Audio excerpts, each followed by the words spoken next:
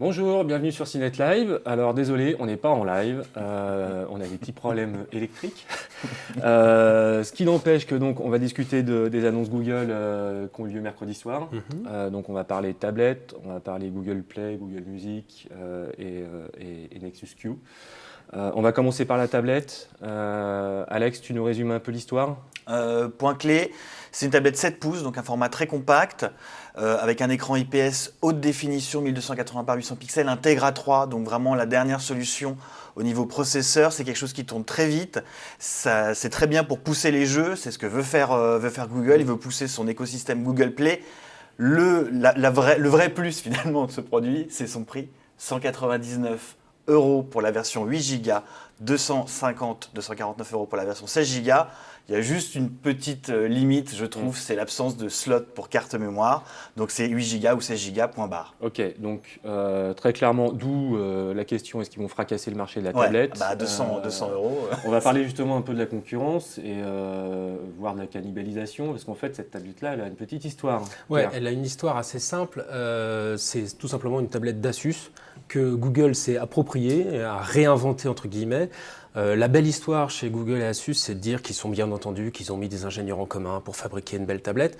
En fait, on l'a vu au CES à Las Vegas, à 249 $, annoncé, toujours Tegra 3. On ne savait pas les spécifications complètes, par contre, il y avait des détails en plus. Il y avait du HDMI sur la tablette, il y avait une webcam à l'arrière et il y avait aussi deux petits haut-parleurs. Ce qu'on voit à l'image. Alors là, ça c'est une photo qui a été prise juste après la Google I.O. Et donc ça, c'est la version Asus avec HDMI. Ouais. On ne sait pas encore si la version commercialisée par Asus sera avec HDMI ou non. Donc ça, c'est une des problématiques soulevées par cette tablette, c'est qu'effectivement, chez Google, c'est très clair. On enferme sur un modèle très court, très simple, avec pas de lecteur micro SD, etc. Mais on ne sait pas ce que va faire Asus réellement. Quelque chose. A priori, sur le Google Store, tu as la version 8 Go et 16 Go.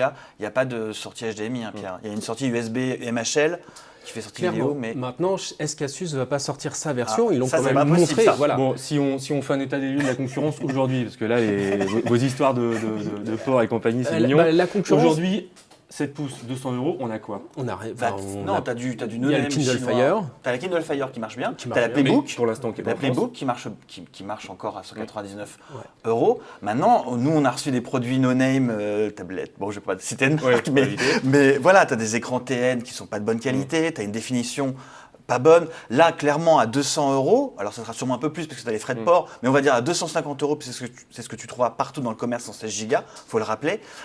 T'as rien en face. Y a rien. Avec le même niveau d'équipement. Bon, alors je pose la question pour les gens qui sont derrière l'écran. Là, on a eu Microsoft qui a sorti la proposition, on n'a toujours pas de prix, mais bon. Tout ça arrive au dernier trimestre. La question centrale, en gros, là, il y a les soldes. Est-ce qu'il faut acheter une tablette, si on a 200-300 €, est-ce qu'il faut acheter une tablette maintenant soldée ou on attend que tout ça arrive? C'est pas les mêmes générations de machines. Donc déjà, ça, c'est un élément important.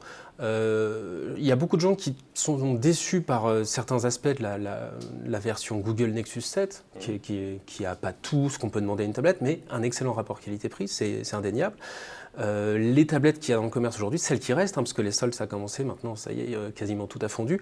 Celles qui restent, soit c'est du no-name et c'est franchement pas terrible, donc il y a effectivement des gros bémols, soit c'est l'ancien haut de gamme, donc Tegra 2, plus grand, plus lourd, mais moins performant. Donc c'est une question de choix. Enfin, c'est vraiment une question le prix, c'est à peu près la même chose, mais c'est vraiment une question de savoir si on veut aller vers Jelly Bean, vers le nouveau Google, ou si on veut rester dans l'ancien, on n'a pas la certitude qu'on va pouvoir évoluer, etc. Il y a plein d'éléments. C'est difficile de... Toi, Alex, en résumé? 30 secondes. Ouais. Le mérite de cette Nexus 7, c'est que ça va redistribuer les cartes.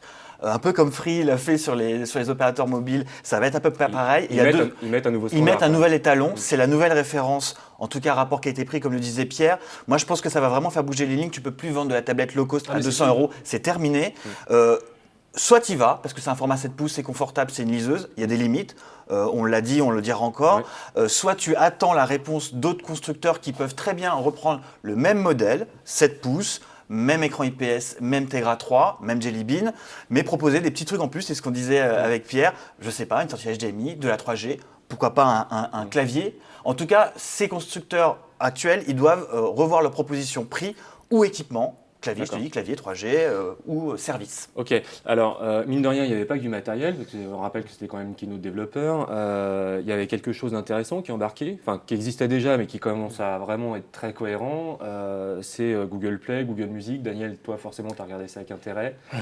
Sur le coup, oui. Si on doit résumer déjà la proposition sur la musique. En fait, le Google Play, que ce soit musique ou vidéo, c'est le iTunes de Google. Au niveau musique, c'est un peu un sac où il y a un peu de tout, puisque c'est à la fois une plateforme de vente, du cloud et du streaming. Donc c'est le modèle le plus complet au niveau musique sur Google. Ça rappelle quelque chose. Ça rappelle quelque chose, mais donc on peut acheter des morceaux, on peut uploader sa musique qu'on a sur son ordi sur le nuage et y accéder en streaming, et on peut avoir accès en streaming à des morceaux. Le problème de ce service, c'est que pour le moment, il est disponible qu'aux États-Unis, à ma connaissance. Et au Canada. Pour l'instant, tout ça est quand même très auto-centré sur les États-Unis. Mais bon, ça va arriver. Pour Google Play Vidéo, c'est que de la VOD. Tous les services d'upload, on ne peut pas uploader les films qu'on a sur sa machine dans un nuage pour ensuite y avoir accès sur d'autres machines. Pour l'instant, pour le moment, ça rappelle encore quelque chose. Ça va peut-être venir, mais pour le moment, ce n'est pas disponible. Donc pour l'instant, c'est que de la VOD. Et c'est l'offre de Google, c'est le iTunes de Google. Ouais, et clairement, alors il y a le triptyque. Alors en gros, ce dont on a l'impression, c'est que ce Google Play, c'est un peu le même système qu'iTunes. C'est pour ceux qui adorent le Seigneur des Anneaux, c'est l'œil de Sauron, l'anneau pour tous les lier.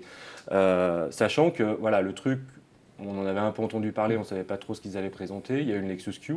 Alors il y a le Nexus Q qui est du coup l'Apple TV de Google. Voilà, encore une fois, là, c'est du copier-coller. Alors, Google a défini comme une box de streaming audio et vidéo.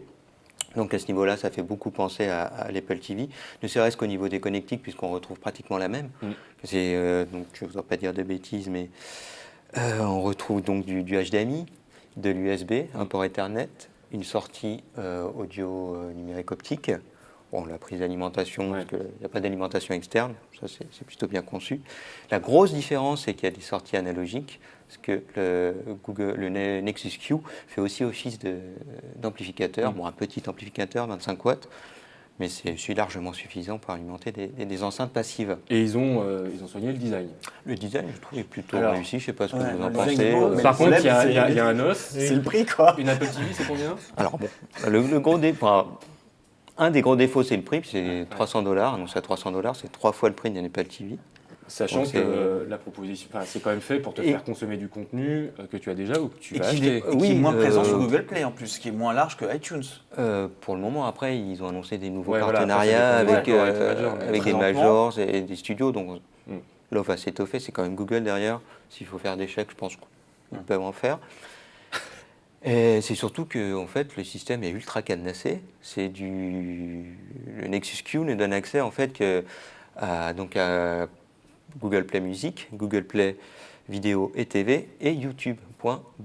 Voilà, mais comme l'Apple TV sur iTunes. Non, les deux modèles sont très similaires. Alors la chose intéressante, c'est ce qu'on disait ce matin avant de préparer l'émission, c'est que maintenant, mine de rien, si on veut faire de la VOD et compagnie, il y a quand même un acteur majeur qui arrive, ça va redistribuer un peu les cartes pour les producteurs de contenu, enfin pour les éditeurs de contenu. Oui, mais après, la VOD, il y a déjà des services qui existent. Voilà, aux États-Unis, le marché particulier.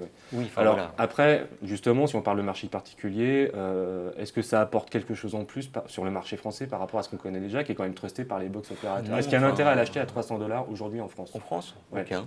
Voilà. Vous l'achèteriez, vous? Mais le pire, c'est que moi, je vois ça comme un objet qui me sert à racheter des disques que j'ai déjà. Et à mettre sur la commode. Oui, et à mettre sur la commode, accessoirement. Pas pour la musique, puisque tu peux uploader ta musique. Ouais, tu peux uploader la musique, mais bon, tu trouves des solutions identiques à 40 euros. Ouais, c'est ça le problème. Tout ce que propose Apple TV ou le Nexus Q existe déjà en mieux sur les box, sur les amplis connectés. Enfin, il y a 23 000 appareils qui font ça Ouais, mieux et plus ouvert à l'heure actuelle D'accord. que... Tu me disais en plus que le Nexus Q, c'est pas forcément la meilleure qualité audio Non, bah, mais ça, niveau c'est amplification technique, et c'est tout. que c'est un amplificateur classe D. Bon, c'est Voilà. pas- Ouais, non, mais tant qu'à faire, acheter à 300 $ un produit. Et autant pourquoi faire avoir un produit comme ça à 300 $ alors que l'idée c'est de promouvoir le contenu, c'est ce que Alors, c'était le modèle d'Amazon, de Kindle Fire. Juste un bémol pour pourquoi reprendre ton expression favorite, c'est du Made in USA. C'est ce Oui, qu'ils ont mis oui, en c'est place. du Made in ça, USA. c'est tout Oui, mais Made on in s'en fout, USA, la Ah, puce, nous, oui, le design, la fabrication. Mm. Sauf que la fibre patriotique en dehors des États-Unis. Bah oui. Voilà, bon, ça fait du monde, cela dit. Oui, mais Et je sais ils pas ont si ça a annoncé une marché. distribution en Europe ou... ils ont clairement dit lors de la keynote qu'ils allaient prochainement disponibles dans d'autres pays, comme pour la tablette Nexus D'accord. 7. Bon, en tout cas, ils arrivent, ils ont aussi annoncé Google Glasses et compagnie, mais ça c'est la prospective, Ouais. je pense qu'on en parlera plus tard. Un dernier mot peut-être quand même sur Android Jelly Bean Voilà. 4.1 qui sort en même temps Mm. que la tablette Nexus 7, qui sera disponible également sur le Galaxy Nexus. Toujours la même logique chez Google de privilégier ses terminaux, le Nexus, pour éviter la fragmentation. Un Jelly Bean, bon, c'est pas la révolution, mais qui fait quand même pas mal de choses, notamment le Play Store qui est adapté à l'expérience tablette. Donc il y a quand même pas mal de choses. La barre de notification qui est plus confortable, Non, mais Google Maps.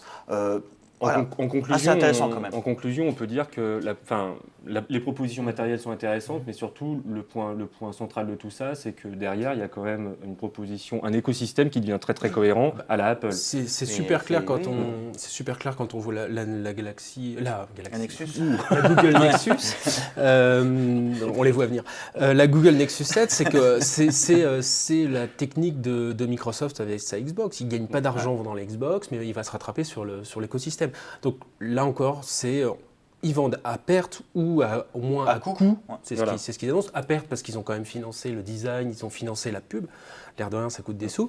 Et derrière, ils vont se rattraper sur les applications, la publicité, etc. Bah, on rappelle un petit détail, chez Apple, iTunes App Store, c'est 8 milliards de dollars par Ouais, trimestre. c'est énorme. Ça donne des idées quand même. C'est sûr. Bon, on va se quitter là-dessus.